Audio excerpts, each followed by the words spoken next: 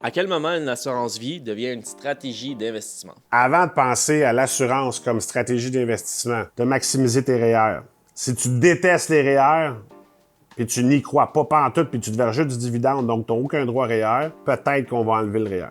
Tes CELI sont pleins. Les régimes épargne-études pour tes enfants sont pleins. Tu as de l'investissement dans du non enregistré. Tu as peut-être une compagnie. Tu as une diversification dans l'immobilier. Si tu aimes l'immobilier ou pas, tu n'es pas obligé d'avoir l'immobilier, mais ce que je veux que vous compreniez là-dedans, c'est qu'on maximise tous les outils fiscaux, pas fiscaux, mais tous les outils gouvernementaux d'enregistrement qu'on peut utiliser. On a des liquidités pour être capable de parvoir pour notre fonds d'urgence. On est capable, on a une entreprise, on a un gros fonds de roulement pour l'entreprise, puis on peut faire face à certaines imprévus. Tout ça est fait, on est bien couvert. Là, l'assurance vie peut devenir une stratégie d'investissement. Où est-ce que là, ce qui va arriver, c'est qu'on va vouloir payer souvent l'impôt au décès. S'il n'y a pas de besoin d'assurance, la stratégie d'assurance ne devrait pas exister.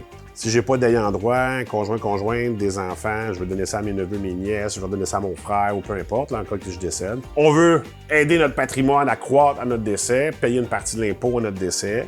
Là, l'assurance vie va devenir intéressante. Donc, à partir de ce moment-là, on a une diversification. Là, l'assurance devient un outil vraiment puissant.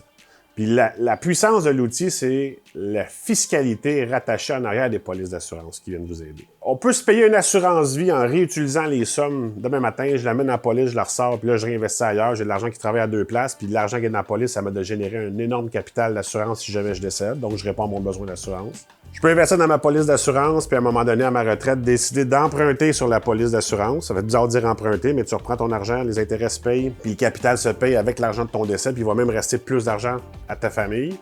Et en plus, ça va transiger par ton compte de CDC. CDC, c'est où est-ce que ta partie non imposable d'un gain capital va descendre. Il y a le gain capital qui passe par là, la partie non imposable, et les polices d'assurance qui passent par ce compte-là.